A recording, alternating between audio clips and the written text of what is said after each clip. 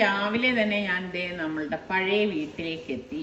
ഞാൻ കുറേ ദിവസം കൊണ്ട് ഞാൻ വിചാരിക്കുന്നുണ്ട് ഇവിടെ വന്നൊന്ന് ഒതുക്കിയെടുക്കണം എന്ന്. അപ്പം നമ്മൾ കുറേ നാൾ താമസിച്ചത് കൊണ്ട് തന്നെ പെട്ടെന്ന് അങ്ങനെ ഒതുക്കി തീർക്കാനൊന്നും പറ്റത്തില്ല കേട്ടോ. അപ്പം ഇതുപോലെയാണ് ഇപ്പൊ കിടക്കുന്നത്. അപ്പം ഇന്നിപ്പം ഞാൻ മാത്രമാണ് വന്നിരിക്കുന്നത്. കാരണം ഞാൻ വന്നിട്ടതേ നമ്മളുടെ പഴയ ബാൽക്കണിയൊക്കെ ഒന്ന് തുറക്കാണ്. എനിക്ക് ഇവിടെ വന്നു കഴിഞ്ഞാൽ വന്നിങ്ങനെ നിന്ന് ഇങ്ങനെ ഒരു കാഴ്ചയൊക്കെ കാണുമ്പോൾ ഒരുപാട് ഓർമ്മകൾ ഓടിയെത്തും. എത്രയോ വ്ളോഗ് ചെയ്തിട്ടുള്ള നമ്മളുടെ ഒരു ബാൽക്കണിയാണിത്. ഇതെനിക്ക് ശരിക്കും മിസ്സിങ് ആണ് കേട്ടോ. അപ്പൊ ഇവിടെ വന്ന് ഇങ്ങനെ കാഴ്ച കാണുമ്പോൾ തന്നെ ഒരു മനസ്സിനൊരു സന്തോഷമാണ്. അപ്പൊ ഞാൻ വന്നത് ഇന്നിപ്പോ ഈ ഒരു ക്രോക്കറി ഷെൽഫ് ഒതുക്കാൻ വേണ്ടിയിട്ടാണ്. ശരിക്കും പറഞ്ഞാൽ അതിങ്ങനെ കുത്തി നിറച്ച് ഞാൻ വെച്ചിരിക്കുന്നതാണ്. ഒരുപാട് വർഷത്തെ എൻ്റെ ഒരു കളക്ഷനാണ് ഈ കാണുന്നതെല്ലാം. അപ്പം ഇതിൽ പറഞ്ഞ മാതിരി വേണ്ടതും വേണ്ടാത്തതും ഒക്കെ ഉണ്ട്. ഇത് കണ്ടോ, അപ്പോഴാണ് ഞാൻ കണ്ടത്. ഞാനിത് ഒളിച്ചു വെച്ചിരിക്കുകയായിരുന്നു. നമ്മുടെ സൽമാൻ സ്പെയിനിൽ നിന്ന് കൊണ്ടുവന്ന ഒരു ഗ്ലാസ് ആണിത്. എനിക്ക് ഭയങ്കര ഇഷ്ടമായിരുന്നത്. അപ്പൊ ഇതിപ്പം പിള്ളേരെ വിളിച്ചിട്ട് വന്നിട്ട് ഒതുക്കാം എന്ന് പറഞ്ഞു കഴിഞ്ഞാൽ അവരെന്തെങ്കിലുമൊക്കെ പൊട്ടിക്കും. അതുകൊണ്ട് ഞാൻ തന്നെ ഇതെല്ലാം നിന്ന് ഒതുക്കാണ്. അപ്പം അവര് വന്നു കഴിഞ്ഞാൽ പിന്നെ എനിക്ക് ഡിസ്റ്റർബ് ആവുകയും ചെയ്യും. അപ്പൊ ഞാൻ എൻ്റെ രീതിക്ക് അനുസരിച്ച് എല്ലായിടത്തൊക്കെ മാറ്റാണ്. എന്നിട്ട് ഞാൻ കിച്ചണിലേക്ക് വന്ന് കിച്ചൺ ഓൾമോസ്റ്റ് എല്ലാം ഞാൻ ഒതുക്കി വെച്ചിട്ടുണ്ട്. കണ്ട ഈ ഒരു ഏരിയ നിങ്ങൾ ഓർക്കണുണ്ടോ? ഞാൻ എത്രയോ വീഡിയോസിൽ കാണിച്ച്. അപ്പൊ ഇതെല്ലാം ഒതുക്കിയെടുത്ത് കുറേ സാധനങ്ങളൊക്കെ ഞാനിത് വണ്ടിയിൽ കയറ്റിയിട്ട് ഞാനിപ്പം കൊണ്ടുപോവാണ്. അപ്പൊ കുറേ നേരം എടുത്തു കേട്ടോ ഇതെല്ലാം ഒതുക്കി ഒന്ന് റെഡിയായി വരാനായിട്ട്. അപ്പൊ ഞാൻ വീട്ടിലെത്തിയപ്പം നിസാറിക്കായും പിള്ളേരും ഒക്കെ എന്നെ ഹെൽപ്പ് ചെയ്യാൻ വന്നിരിക്കുകയാണ്. അപ്പം ഒരു അന്യഗ്രഹ ജീവിയെ നിങ്ങൾ കാണുന്നുണ്ടോ? ഇപ്പൊ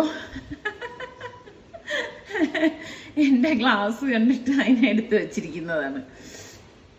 ഞാൻ അവർക്ക് ബ്രേക്ക്ഫാസ്റ്റ് ഒന്നും ഉണ്ടാക്കി കൊടുത്തില്ലായിരുന്നു കേട്ടോ. അപ്പൊ ഞാൻ വന്നപ്പോഴേക്ക് ഏത്തപ്പഴം ഇരിപ്പുണ്ടായിരുന്നു. അപ്പൊ ഞാൻ പെട്ടെന്ന് അവർക്ക് ബ്രേക്ക്ഫാസ്റ്റ് ഉണ്ടാക്കിയെടുക്കാനായിട്ട് പോവാണ്. അപ്പൊ ഞാൻ ഏത്തപ്പഴമൊക്കെ ഇതുപോലെ അരിഞ്ഞെടുത്തിട്ടുണ്ട്. എന്നിട്ട് കുറച്ചധികം വെള്ളം തിളപ്പിക്കാൻ വെച്ചിട്ട് കുറച്ച് ഉപ്പും ഏലക്കാപ്പൊടിയും കൂടി ഇട്ട് കൊടുത്തിട്ട് ഇതുപോലെ ഒന്ന് ഇളക്കിയെടുക്കും. അപ്പൊ നിങ്ങളൊക്കെ ഇങ്ങനെ ഉണ്ടാക്കാറുണ്ടാവുമായിരിക്കും അല്ലേ? എന്നിട്ട് ഇതുപോലെ നമ്മൾ കട്ട് ചെയ്ത് വെച്ചിരിക്കുന്ന ഏത്തപ്പഴം ഇതിലേക്ക് ഇട്ട് കൊടുക്കും. വെള്ളം തിളച്ച ശേഷമാണ് ഞാൻ ഇതിലേക്ക് ഇട്ട് കൊടുക്കുന്നത്. എന്നിട്ട് നന്നായിട്ടൊന്ന് ഇളക്കി കൊടുക്കും. അപ്പൊ പഴുത്ത ഏത്തപ്പഴം ആയതുകൊണ്ട് തന്നെ പെട്ടെന്ന് ഇത് വെന്ത് കിട്ടും കേട്ടോ. പിന്നെ ഒരു ബൗൾ എടുത്തിട്ട് ഞാൻ ഇതിലേക്ക് 3 ടേബിൾ സ്പൂണോളം വറുത്ത അരിപ്പൊടി ഇട്ട് കൊടുക്കുകയാണ്. എന്നിട്ട് ഈ വെള്ളത്തിൽ നിന്ന് തന്നെ കുറച്ചെടുത്ത് ഇതുപോലെ അരിപ്പൊടി ഒന്ന് ലൂസാക്കി എടുക്കണം കേട്ടോ. അതുകൊണ്ട് നമ്മൾ വേറെ വെള്ളമൊന്നും എടുക്കണ്ട. ഇതിന്റെ ഒരു ഫ്ലേവർ കിട്ടാൻ വേണ്ടിയിട്ട് ഇതിൽ നിന്ന് തന്നെ ഞാൻ എടുത്തിട്ട് ഒന്ന് കലക്കി എടുക്കുകയാണ്. കട്ട ഇല്ലാതെ നമ്മൾ ഇതൊന്ന് കലക്കി എടുത്തിട്ടൊന്ന് മാറ്റി വെക്കണം. ഇതുപോലെ ഒന്ന് ഇളക്കി എടുത്താൽ മതി. അപ്പൊ ഇത് ഒരുപാട് തിക്നെസ് തോന്നാണെങ്കിൽ കുറച്ചുകൂടി വെള്ളം ഒഴിച്ചിട്ട് നമുക്കിത് ലൂസാക്കി എടുക്കാം. അപ്പൊ ആ പഴമൊക്കെ റെഡിയായി വരുന്നുണ്ട്. പെട്ടെന്ന് നമുക്ക് തയ്യാറാക്കി എടുക്കാൻ പറ്റുന്ന ഒരു ഐറ്റമാണ് കേട്ടോ ഇത്. അപ്പം ഞാൻ ജസ്റ്റ് അതൊന്ന് ഇതുപോലെ ഒന്ന് ഇളക്കി കൊടുക്കാണ്. എല്ലാ ഭാഗവും ഒരുപോലെ ഒന്ന് വെന്ത് കിട്ടാൻ വേണ്ടിയിട്ടാണ്. അപ്പൊ ഞാൻ അവിടെ 1/2 കപ്പ് കോക്കനട്ട് മിൽക്ക് പൗഡർ ഇതുപോലെ ഒരു ബൗളിലേക്ക് ഇട്ട് കൊടുക്കാണ്. എന്നിട്ട് ഇതിൽ നിന്ന് തന്നെയുള്ള വെള്ളം ഒഴിച്ചിട്ട് നമുക്ക് കട്ടയില്ലാതെ ഇതൊന്ന് കലക്കിയെടുക്കണം. അപ്പൊ ഇതിപ്പോ തേങ്ങാപ്പാൽ പിഴിഞ്ഞിട്ടൊക്കെ എടുക്കുക എന്ന് പറഞ്ഞു കഴിഞ്ഞാൽ ഭയങ്കര മെനക്കേടാണ് കേട്ടോ. അപ്പം ഞാൻ അതിനൊന്നും മെനക്കെടാതെ എൻ്റെ എപ്പോഴും ഇവിടെ കോക്കനട്ട് മിൽക്ക് പൗഡർ സ്റ്റോക്ക് കാണും. അപ്പൊ എളുപ്പത്തിന് വേണ്ടി ചെയ്യണതാണ് കേട്ടോ. എന്നിട്ട് ഇത് കട്ടയിൽ വരാതിരിക്കാൻ വേണ്ടിയിട്ട് ഞാൻ ഇതുപോലെ ഒരു അരിപ്പേ കൂടി ഒഴിച്ചിട്ട് വരുന്നത് കളയത്തൊന്നുമില്ല, വീണ്ടും വെള്ളം ഒഴിച്ച് കലക്കി എടുക്കുകയാണ് ചെയ്യണം കേട്ടോ. അപ്പൊ ഇതുപോലെ ഒന്ന് തിളച്ച് വരുന്ന സമയത്ത് നമുക്ക് ഈ കലക്കി വെച്ചിരിക്കുന്ന അരിപ്പൊടി ഉണ്ടല്ലോ അതൊന്നും കൂടി ഒന്ന് ഇളക്കിയിട്ട് നമുക്ക് ഇതിലേക്ക് ഒഴിച്ചു കൊടുക്കാം. നമ്മളിങ്ങനെ അരിപ്പൊടി കലക്കി ഒഴിക്കണ എന്തിനാന്ന് വെച്ചാല് ആ ഒരു സ്റ്റൂവിന് ചെറിയൊരു കുറുക്ക് കിട്ടാൻ വേണ്ടിയിട്ടാണ് കേട്ടോ. അപ്പൊ നമ്മള് അരിപ്പൊടിയുടെ അളവ് കൂട്ടുകയാണെങ്കിൽ നല്ല തിക്നെസ് ആയിരിക്കും. ഇപ്പൊ സൽമാൻ ഇഷ്ടമുള്ള ഒരു സംഭവമാണ് ഈ ബനാന സ്റ്റൂ എന്ന് പറയുന്നത്. ഞാനിവിടെ ഇന്നിപ്പോ പുട്ടിനൊപ്പമാണ് ഞാനിത് സെർവ് ചെയ്യാൻ പോണം. അപ്പൊ ഇത് റെഡിയാവുന്ന നേരം കൊണ്ട് കേട്ടോ നല്ല കളറ് ഏത്തപ്പഴത്തിന് വന്നിട്ടുണ്ട്. അതുപോലെ തന്നെ നല്ല മണമാണ് ഏലക്കാപ്പൊടിയും തേങ്ങാപ്പാലും ഒക്കെ ചേർന്നിട്ട്. അപ്പം പുട്ടിന്റെ കോമ്പിനേഷനാണ് കേട്ടോ ഇന്നിപ്പോ ഇത്.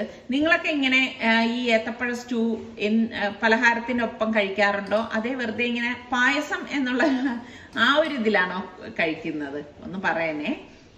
അപ്പൊ ചില ദിവസങ്ങളിൽ ഞാൻ ഈ പറഞ്ഞ മാതിരി ഇങ്ങനെ വെറുതെ കഴിക്കാനും ഇതുപോലെ തന്നെ ഉണ്ടാക്കിയെടുക്കാറുണ്ട്. അപ്പം ഇതാണ് നമ്മളുടെ ഇന്നത്തെ ബ്രേക്ക്ഫാസ്റ്റ് എന്ന് പറയുന്നത്. പിന്നെ എനിക്ക് പാത്രം കഴുകാനും എല്ലാം ഒതുക്കി വെക്കാനും ഒക്കെ ഉണ്ടായിരുന്നു. അപ്പം ആ വഴിക്ക് പച്ചക്കറിക്കാരൻ വന്നു. അപ്പം ഞാൻ നോക്കിയപ്പോഴേക്ക് ബീൻസാണ് മെയിനായിട്ടുള്ളത്. അപ്പം ഞാൻ കുറച്ച് ബീൻസ് വാങ്ങിച്ചു. എനിക്കാണെങ്കിൽ ഇങ്ങനെ ഫ്രഷ് ആയിട്ടുള്ള വെജിറ്റബിൾസ് ഒക്കെ കൊണ്ടുവന്നു കഴിഞ്ഞാൽ അങ്ങനെ എടുത്തിട്ട് കുക്ക് ചെയ്യുന്നതാണ് എനിക്കിഷ്ടം കേട്ടോ. അപ്പം ഞാൻ അതൊക്കെ ഒന്ന് വൃത്തിയാക്കി ഇതാ നന്നായിട്ടൊന്ന് കഴുകിയെടുക്കാണ്.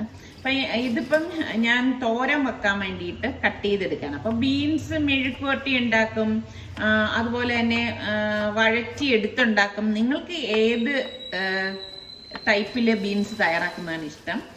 പിന്നെ ഞാൻ ആ സമയം തന്നെ ചോറിന് വെച്ചിട്ടുണ്ടായിരുന്നു. ചോറ് റെഡിയായപ്പോൾ അതിൻ്റെ ഇടയിൽ ഞാനൊന്ന് ഊറ്റിയെടുക്കുകയാണ്. അപ്പം ഞാൻ ഒരു ജോലി ചെയ്യുന്നതിൻ്റെ ഇടയിൽ തന്നെ കുറേ എന്തൊക്കെ ചെയ്യണം എന്നുള്ളത് മനസ്സിൽ കാൽക്കുലേറ്റ് ചെയ്തിട്ട് ഇടയിലിടയിൽ അതങ്ങ് ചെയ്യും കേട്ടോ. അപ്പം അതുകൊണ്ടാണ് പെട്ടെന്ന് എൻ്റെ ജോലിയൊക്കെ എളുപ്പം തീരുന്നത്. അപ്പം ഞാൻ ഇന്നിപ്പം തോരന് വേണ്ടിയിട്ട് അമ്മിക്കല്ലിലാണ് അരച്ചെടുക്കുന്നത്. അപ്പം ചെറിയ ജീരകം, പച്ചമുളക്, ചുവന്നുള്ളി, പിന്നെ തേങ്ങ, മഞ്ഞപ്പൊടി, ഇത്രയും നമ്മൾ ഒന്ന് അമ്മിക്കല്ലിൽ വെച്ചിട്ടൊന്ന് ചതച്ചെടുക്കുകയാണ് ചെയ്യുന്നത്. അപ്പം ഈ അമ്മി ഇവിടെ സെറ്റ് ചെയ്ത ശേഷം എനിക്കിങ്ങനെ ഇതുപോലെ അമ്മിക്കല്ലിലൊക്കെ റെഡിയാക്കി എടുക്കാനാണ് താല്പര്യം കൂടുതൽ കേട്ടോ. പിന്നെ എൻ്റെ മൂഡിനനുസരിച്ചിരിക്കും ഓരോ കാര്യങ്ങൾ ഞാൻ ചെയ്തെടുക്കുന്നത്. ഇന്നിപ്പോൾ എനിക്ക് ഒരുപാട് പണികൾ നിങ്ങൾ കണ്ടില്ലേ, മറ്റേ നമ്മുടെ പഴയ വീട്ടിൽ പോയിട്ട് ഒത്തിരി പണികൾ എനിക്കുണ്ടായിരുന്നു ഒതുക്കാനായിട്ട്. എന്നാലും എനിക്കിങ്ങനെ തോരൻ വെക്കാം എന്ന് വിചാരിച്ചപ്പോൾ ഞാൻ വിചാരിച്ചു ഇതിൽ വെച്ചിട്ടൊന്ന് ചതച്ചെടുക്കാം. അപ്പൊ ഞാൻ ഇതിനു മുൻപ് നിങ്ങളുടെ അടുത്ത് ചോദിച്ചിട്ടുണ്ടായിരുന്നു, ഈ അമ്മിക്കല്ലിനെ എനിക്ക് മൂർച്ചയില്ല, ഞാൻ മൂർച്ചയാക്കേണ്ട എങ്ങനെയെന്ന്. അപ്പൊ നിങ്ങൾ എൻ്റെ അടുത്ത് പറഞ്ഞു വെള്ളാരം കല്ല് ഇട്ടിട്ട് അരച്ചാൽ മതിയെന്ന്. അപ്പൊ ഞാൻ ചോദിച്ചു വെള്ളാരം കല്ല് എവിടാണ് കിട്ടുന്നതെന്ന്. അപ്പോഴാണ് നിങ്ങൾ എൻ്റെ അടുത്ത് പറഞ്ഞത് വെള്ളാരം കല്ല് നമ്മുടെ മുറ്റത്തും പറമ്പിലും ഒക്കെ ഉള്ളതാണ്, വാങ്ങിക്കാൻ കിട്ടുന്നതല്ലാന്ന്. അപ്പൊ ഞാൻ തന്നെ എനിക്ക് തന്നെ ഒരു നാണം തോന്നി കേട്ടാ. കാര്യം എന്താ, ഞാൻ എന്ത് മണ്ടത്തരം ക്വസ്റ്റ്യനാണ് അതായത് നിങ്ങളുടെ അടുത്ത് ചോദിച്ചതെന്നുള്ളത്. സത്യം പറഞ്ഞാൽ എനിക്ക് അറിയത്തില്ലായിരുന്നു കേട്ടോ വെള്ളാരം കല്ലിനെ കുറിച്ച്. നിങ്ങൾ പറഞ്ഞപ്പോ എനിക്ക് ഓർമ്മ വന്നു. പിന്നെ എനിക്ക് അത് എടുത്ത് അരയ്ക്കാനുള്ള സമയം ഇതുവരെ കിട്ടിയിട്ടില്ല. ഇനി അതൊന്ന് അരച്ചിട്ട് ഈ അമ്മിക്കല്ലിനെ ഒന്ന് മൂർച്ചയാക്കി എടുക്കണം. അപ്പൊ പാനിൽ വെളിച്ചെണ്ണ ഒഴിച്ചിട്ട് കടുകും വറ്റൽമുളകും പിന്നെ കുറച്ച് കറിവേപ്പിലയൊക്കെ ഇട്ടിട്ട് ഞാൻ ഈ അരിഞ്ഞു വെച്ചിരിക്കുന്ന ഒരു ബീൻസ് ഉണ്ടല്ലോ അതും പാകത്തിനുള്ള ഉപ്പും ഇട്ടിട്ടൊന്ന് വഴറ്റിയെടുക്കും. അപ്പൊ നമ്മൾ എന്ത് പച്ചക്കറി തയ്യാറാക്കുമ്പോഴും തോരനൊക്കെ മൂടി വെക്കണേ, ആ ആവിയിൽ അതൊന്ന് വെന്ത് കിട്ടും. തയ്യാറാക്കുമ്പോഴേക്ക് വെള്ളം ഒഴിക്കരുത് കേട്ടോ. വെള്ളം ഒഴിച്ചു കഴിഞ്ഞാൽ ഇതിന്റെ ടെക്സ്ചറും ടേസ്റ്റും ആകെ മാറി. എന്നിട്ട് നമ്മൾ ഈ അരപ്പ് വെച്ചിട്ട് ഞാൻ മൂടിയിട്ട് ഒരു 2 മിനിറ്റ് കഴിയുമ്പോൾ ഇതുപോലെ ഒന്ന് ഇളക്കിയെടുക്കും. ആ വെജിറ്റബിൾസിന്റെ പച്ച കളർ നഷ്ടപ്പെടാനും പാടില്ല, എന്നാൽ അത് വെന്തിരിക്കുകയും വേണം. അപ്പൊ ഞാൻ ഈ സമയം മീന് പൊരിക്കാൻ വേണ്ടി മസാല തയ്യാറാക്കാണ്. അപ്പൊ മുളക് പൊടി, മഞ്ഞൾപ്പൊടി, കുരുമുളക് പൊടി, പാകത്തിനുള്ള ഉപ്പ്, ഇത്രയും കൂടി ഇട്ടിട്ടാണ് ഞാൻ മീനിന് മസാല വെട്ടുന്നത്. അപ്പൊ കുറച്ച് വെള്ളം ഒഴിച്ചിട്ട് ഇതുപോലെ ഒന്ന് ഇളക്കിയെടുക്കും. വെള്ളത്തിന് വരെ നിങ്ങൾക്ക് ഓയിൽ വേണമെങ്കിലും ചേർത്ത് കൊടുക്കാം കേട്ടോ. അപ്പൊ കരിമീനാണ് എനിക്ക് കിട്ടിയത്. അപ്പൊ അതിങ്ങനെ തോല് കളഞ്ഞെടുത്ത ശേഷം ഞാൻ എല്ലാം മസാല പുരട്ടി എടുത്ത് വെച്ചിരിക്കുകയാണ്. എല്ലാം ഉള്ളിലേക്ക് വരത്തക്ക രീതിയിൽ പുരട്ടിയെടുത്താൽ മതി. ഇപ്പൊ ഞാൻ വലിയൊരു സോസ് പാനാണ് എടുത്തത്. അതിലേക്ക് വെളിച്ചെണ്ണ ഒഴിച്ചിട്ട് കറിവേപ്പിലയും ഇട്ടിട്ട് നമുക്ക് ഈ കരിമീൻ ഇതിലിട്ടിട്ടാണ് ഞാൻ ഫ്രൈ ചെയ്തെടുക്കണം. ഇങ്ങനെ വലിയൊരു സോസ് പാൻ എടുക്കാനുള്ള കാര്യം എന്താന്ന് വെച്ചാല് ഇത് ഇങ്ങനെ പൊരിച്ച് നമ്മൾ എടുക്കുന്ന സമയത്ത് വെളിയിലൊന്നും തെറിച്ച് വരത്തില്ല കേട്ടോ. പിന്നെ നമുക്ക് മസാല കൂടി ആക്കാനുള്ളതാണ്. അപ്പൊ ഈ മസാലയ്ക്ക് വേണ്ടിയിട്ട് ഞാൻ അവിടെ 3 സവാളയാണ് അരിഞ്ഞെടുക്കണം. അപ്പൊ ഇതിന്റെ ഇടയിൽ തന്നെ നമ്മളുടെ ഈ കരിമീൻ ഒന്ന് മറിച്ചിട്ട് കൊടുക്കണം. അപ്പൊ ഈ വെളിച്ചെണ്ണയും കറിവേപ്പിലയും ഒക്കെ ചേർത്തിട്ട് നമ്മൾ ഈ മീൻ പൊരിച്ചെടുക്കുമ്പോൾ ഒരു പ്രത്യേക മണമാണ് കേട്ടോ. അപ്പൊ ഞാൻ ഈ മീനെല്ലാം ഒരുമിച്ച് പൊരിച്ചെടുത്ത് വെച്ചിട്ടുണ്ട്. 3 എണ്ണ ഉണ്ടായിരുന്നത് കേട്ടോ. അപ്പൊ അതേ എണ്ണയിൽ തന്നെ ഞാൻ ഈ അരിഞ്ഞ സവാള ഇട്ടിട്ട് ഒന്ന് വഴറ്റിയെടുക്കാണ്. അപ്പൊ ഇതുപോലെ ഒന്ന് വഴറ്റി കൊടുത്ത ശേഷം 1 ടേബിൾ സ്പൂണോളം ഇഞ്ചി വെളുത്തുള്ളി പേസ്റ്റും കുറച്ച് കറിവേപ്പിലയും കൂടി ഇട്ട് ഇതുപോലെ ഇളക്കിയെടുക്കും. എന്നിട്ട് നമ്മൾ ഈ മസാല മീനിൽ പുരട്ടിയതിന്റെ ബാക്കി ഇരുന്നില്ലേ, അതിനെയാണ് ഞാൻ ഇതിലേക്ക് ഇട്ടിട്ട് കുറച്ച് വെള്ളം കൂടി ഒഴിച്ചിട്ട് ഇതിലേക്ക് ഒഴിച്ചു കൊടുക്കും. എന്നിട്ട് നല്ലതുപോലെ ഒന്ന് ഇളക്കി കൊടുക്കും. അപ്പൊ ഇതുപോലെ ഒന്ന് ഇളക്കിയെടുക്കണം. മീഡിയം ഫ്ലെയിമിൽ വെച്ചിട്ടാണ് ഞാൻ ഇനിയിപ്പോൾ റെഡിയാക്കി എടുക്കുന്നത്.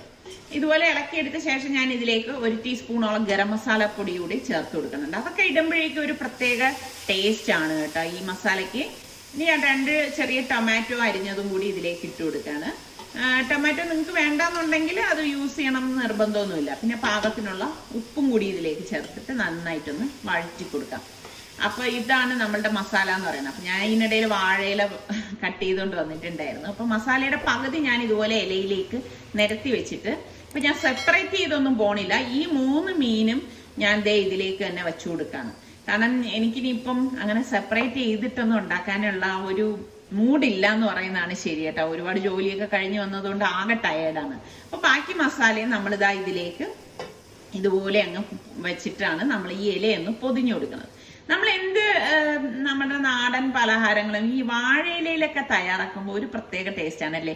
വാഴയിലയിൽ തയ്യാറാക്കണ എന്ത് വിഭവമാണ് നിങ്ങൾക്കിഷ്ടം? പൊതിച്ചോറാണോ, മീൻ പൊള്ളിച്ചതാണോ, അതല്ല ഈ ഇലയിൽ ചോറ് കഴിക്കുന്നതാണോ? നിങ്ങൾക്ക് ഇഷ്ടമുള്ളത് ഏതാണെന്നൊന്ന് പറയും. അപ്പൊ ഞാൻ അത് ഇങ്ങനെ പാനിലേക്ക് വെച്ച് മൂടി വെച്ച ശേഷം ഞാൻ ഞാൻ കുറച്ച് ഇഞ്ചിയും പച്ചമുളകും ചുവന്നുള്ളി എടുത്തിട്ടുണ്ട്. അപ്പൊ അത് ഇതുപോലെ ചെറുതായിട്ട് കുനുകുനാന്ന് അരിഞ്ഞെടുക്കാം. ചോപ്പർ ഉണ്ടെങ്കിൽ ചോപ്പറിലിട്ട് ഒന്ന് കറക്കി എടുത്താലും മതി കേട്ടോ. അപ്പൊ ഇതിപ്പോ വളരെ കുറച്ചില്ലേ ഉള്ളൂ. അപ്പൊ ഇതിനിടയിൽ ഞാൻ ഈ വാഴയിലയിലിരിക്കുന്ന മീനിനെ മറിച്ചിട്ട് കൊടുക്കാണ്. ഇതുപോലെ ഒന്ന് മറിച്ചിട്ട് കൊടുക്കണം. അതേ പാനിൽ, നമ്മൾ വഴറ്റിയ പാനിൽ തന്നെയാണ് ഞാൻ വെച്ചു കൊടുത്തിരിക്കുന്നത് കേട്ടോ. ഇനിയിപ്പോൾ അതിനൊന്നും സെപ്പറേറ്റ് ചെയ്ത് ഞാൻ പാൻ എടുക്കുന്നില്ല. അപ്പം ചട്ടിയിൽ വെളിച്ചെണ്ണ ഒഴിച്ചിട്ട് ഉലുവയും കടുകും കൂടി ഇതുപോലെ ഇട്ട് പൊട്ടിക്കും. എന്നിട്ട് നമ്മൾ ഈ അരിഞ്ഞു വെച്ചിരിക്കുന്നതിലേക്ക് ഇട്ട് ഒരു വറ്റൽ മുളകും കൂടി ഇട്ട് കൊടുക്കും കേട്ടോ. അപ്പം ഇത് ഒന്ന് മൂപ്പിച്ചെടുക്കണം. ജസ്റ്റ് ഇതുപോലെ വഴറ്റിയിട്ട് കുറച്ച് കറിവേപ്പിലയും കൂടി ഇട്ട് കൊടുക്കണം. ഇട്ട് കൊടുത്ത ശേഷം ഞാൻ ഈ സമയത്ത് പെട്ടെന്ന് ഓർത്ത് സുൽത്താൻ ഞാൻ മീന് പെരട്ടി ഫ്രിഡ്ജിൽ വെച്ചിരിക്കുകയായിരുന്നേ, നെത്തോലി. അപ്പം ഞാനതൊരു പാൻ എടുത്തിട്ട് വെളിച്ചെണ്ണ ഒഴിച്ചിട്ട് അതൊന്നും പൊരിക്കാനായിട്ട് വെച്ചിരിക്കുകയാണ്. ഇവിടെ അവനിങ്ങനെ പൊള്ളിച്ചതൊന്നും അങ്ങനെ എടുക്കത്തില്ല കേട്ടോ. അപ്പം ഞാൻ ഇതിലേക്ക് നമ്മളുടെ കറി ഉണ്ടാക്കാൻ വേണ്ടിയിട്ടാണ് കേട്ടോ മഞ്ഞപ്പൊടിയും ചെറിയ ജീരകത്തിൻ്റെ പൊടിയും ഒന്ന് ഇളക്കിയ ശേഷം കുറച്ച് ചൂടുവെള്ളം ഒഴിച്ച് ഇതൊന്ന് ലൂസാക്കിയിട്ടുണ്ട്. എന്നിട്ട് ഞാൻ ഇത് ഓഫ് ചെയ്യണം. ഗ്യാസ് ഓഫ് ചെയ്ത ശേഷം 1 കപ്പ് തൈര്, കട്ടിയുള്ള തൈര് ഇതിലേക്ക് ഇട്ടിട്ട് നന്നായിട്ട് ഇളക്കി കൊടുക്കും. ഗ്യാസ് ഓഫ് ചെയ്ത ശേഷം നമ്മൾ തൈര് ചേർക്കാവോ, അല്ലെങ്കിൽ ഇത് പിരിഞ്ഞു പോകും. പിന്നെ ഞാൻ ഇനി മീതെ താളിച്ചില്ലാണ്. ഇത് നിങ്ങൾക്ക് വേണമെങ്കിൽ താളിച്ചിട്ടാൽ മതി. എനിക്ക് ഇങ്ങനെയൊക്കെ കാണാൻ ഭയങ്കര ഇഷ്ടമായതുകൊണ്ട് ഞാൻ ഇങ്ങനെയൊക്കെ ചെയ്യും കേട്ടോ. നമ്മൾ കഴിക്കാനിരിക്കുമ്പോൾ എപ്പോഴും ആ ഒരു ഫുഡ് കാണാനും നല്ല ഭംഗിയായിരിക്കണമല്ലോ. അപ്പൊ നമ്മൾക്ക് അറിയാതെ അതങ്ങ് കഴിക്കാൻ തോന്നും. അപ്പൊ എനിക്ക് ഇച്ചിരി ഇതുപോലെയൊക്കെ അലങ്കരിച്ചൊക്കെ വയ്ക്കാൻ ഇഷ്ടമാണ്. പിന്നെ നമ്മുടെ അവിടെ എന്നും ഈ ഒരു വിഭവം കാണും, ചപ്പാത്തി. ഇപ്പൊ സുൽത്താൻ ഞാൻ പറയില്ലേ, ചോറിന് തീരെ ഇഷ്ടമില്ലാത്ത ഒരാളാണ്. ഞാനാണെങ്കിൽ നേരെ ഓപ്പോസിറ്റ്. എനിക്ക് ചോറ് കിട്ടിയില്ലെങ്കിലാണ് ഭ്രാന്ത് പിടിക്കുന്നത്. അവനാണെങ്കിൽ ചോറ് ഇഷ്ടമേ അല്ല. അപ്പൊ ഞാൻ അവന് വേണ്ടിയിട്ടും ചപ്പാത്തി തയ്യാറാക്കി എടുക്കാണ്. റിസ്വാന് പിന്നെ അങ്ങനൊന്നുമില്ല. ചപ്പാത്തി ഉണ്ടെങ്കിൽ ചപ്പാത്തി കഴിക്കാൻ അങ്ങനെ വലിയ നിർബന്ധങ്ങളില്ല. പക്ഷെ ഇവൻ അങ്ങനെയല്ല, ഇവന് ചപ്പാത്തി നിർബന്ധമായിട്ട് തന്നെ വേണം. അപ്പൊ ഞാൻ ചപ്പാത്തിയൊക്കെ ചുട്ട് കാസറോളിൽ വെക്കാണ്. അപ്പൊ ഇതാണ് നമ്മളുടെ ഇന്നത്തെ അടിപൊളി ലഞ്ച് എന്ന് പറയുന്നത് കേട്ടോ. അപ്പം ഇതിൽ ഏത് വിഭവമാണ് നിങ്ങൾക്ക് ഇഷ്ടമായതെന്നുകൂടി കമന്റ് ചെയ്യണേ. അപ്പോൾ ഇന്നത്തെ ഈ ഒരു എപ്പിസോഡ് നിങ്ങൾക്ക് എല്ലാവർക്കും ഇഷ്ടമായെന്ന് വിശ്വസിക്കുന്നു. അപ്പം നമ്മളുടെ ചാനൽ സബ്സ്ക്രൈബ് ചെയ്യാതെ കാണുന്ന ആരെങ്കിലും ഒക്കെ ഉണ്ടെങ്കിൽ നിങ്ങൾക്ക് ഇഷ്ടപ്പെടുകയാണെങ്കിൽ സബ്സ്ക്രൈബ് ചെയ്യാനും ലിങ്ക് ഷെയർ ചെയ്യാനൊന്നും മറന്നു വരുതേ. അടുത്തിനി നമുക്ക് നല്ല റെസിപ്പിയോ വ്ളോഗായിട്ടൊക്കെ വരുന്നത് വരെ എല്ലാവർക്കും ബൈ.